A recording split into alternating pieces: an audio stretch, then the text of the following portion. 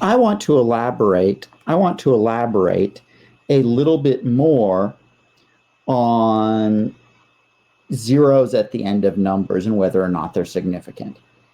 Mainly because I've got a little bit of an anger issue with how your book describes this, but I want to stay consistent with the book.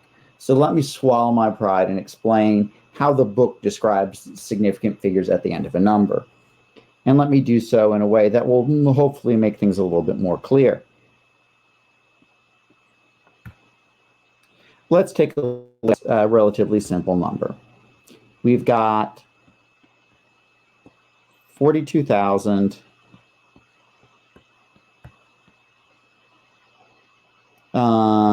meters. Well, just a second. I'm going to have to switch my styluses here. I am having major stylus issues the last several days.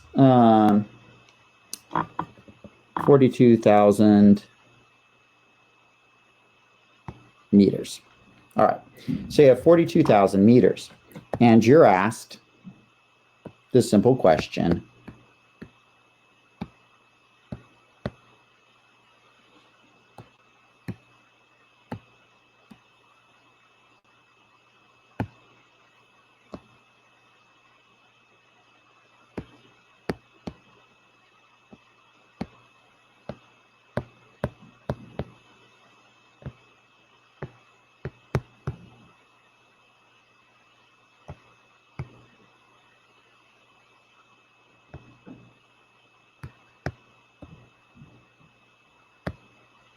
How many significant figures in that measurement? And this is where that ambiguity and rule becomes a little bit ambiguous for you. Woo! Having trouble talking today. Remember the rule your book gives you and the rule I gave you in lecture, but then I kind of, I don't know, I don't explicitly enforce it like I should. It says zeros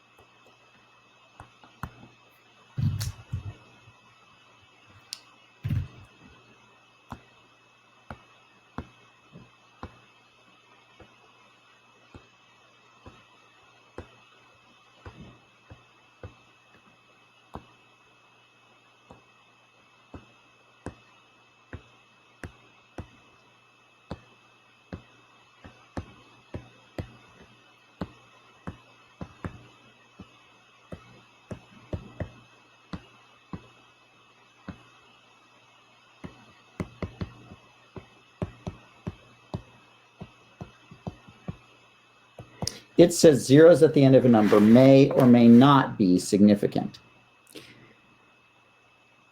And they would answer the question, how many sig figs are in that number right there, like this. They would answer it as, well, if we look at this measurement here, this 42,000 meters, we would know for a fact that the 4 and the 2 are significant. So this number has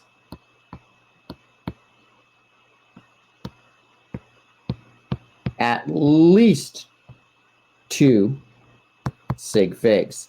Now, I'm an analytical chemist, meaning that I have devoted my life to the science of measuring, and therefore I consider it to be just 2 sig figs. Unfortunately, I didn't write your homework problem. I didn't set up your test bank. So we're going to go with the book. Here's what the book says. The book says that we don't know which of these 3 zeros represent something measured and which of them represent a 0 simply there to hold the place value. Why? Because it's very conceivable that you could measure something to the hundredths, to the 100 spot, right? If you're using a meter stick with no calibrations, you could easily measure it to the 100 meters. Well, you could also have measured to the tens, and you could also have measured to the ones. With those zeros, we don't know which of those represent something measured, and we don't know which of those represent simply a placeholder. Therefore, according to your textbook, this would have at least 2 sig figs, but it could also have 3 sig figs.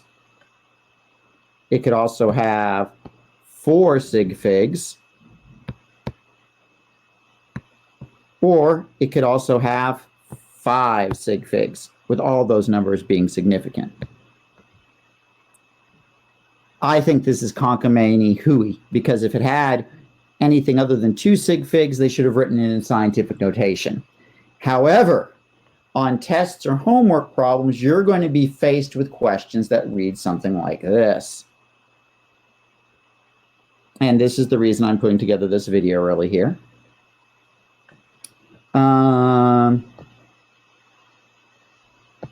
You're going to be faced with a number like this.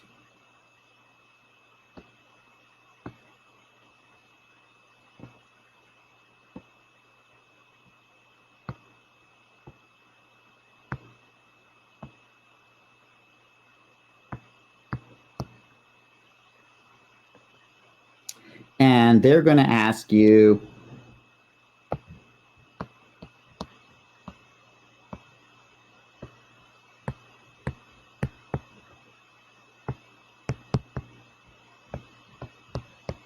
how many sig figs, and they're probably going to have a check all that apply.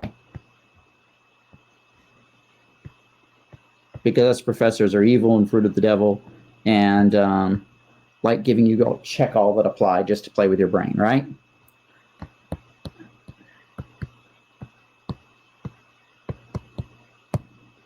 And they'll give you 1, 2, 3, 4, 5, 6, 7, 8, 9, 10 as possible numbers of sig figs.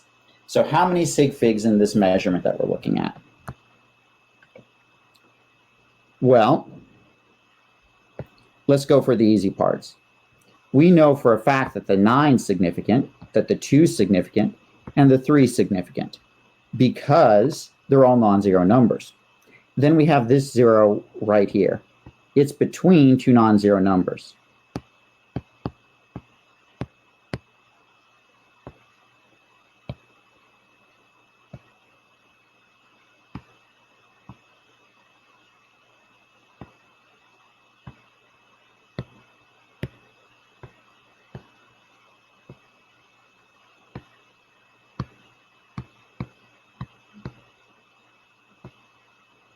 It's between 2 non-zero numbers.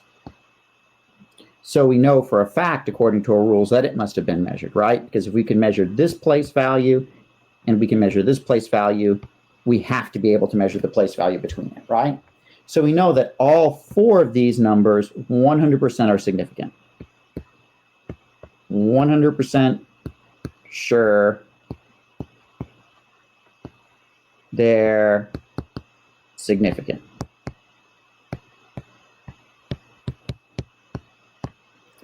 So this measurement has at least 4 sig figs. Check. So we know it has at least 4 sig figs. The question mark in the gray area comes in when it comes into these zeros. We don't know about these zeros. It's possible that whoever took this measurement measured this place value, but not any of the others below it. Or it's possible they measured these 2, but not that one or that one or that one. So we don't know about any of these zeros. Some of them could be significant, some of them may not be. And therefore, they're all possible significant figures, according to your textbook. So we would have to say that, yeah, there are 4 sig figs, but there may be 5, 6, 7, 8, 9, or maybe even 10 sig figs there. And that's how you have to answer that style of question. Zeros at the end of a number without a decimal may or may not be significant. One of the most bothersome rules in chemistry. according to your textbook.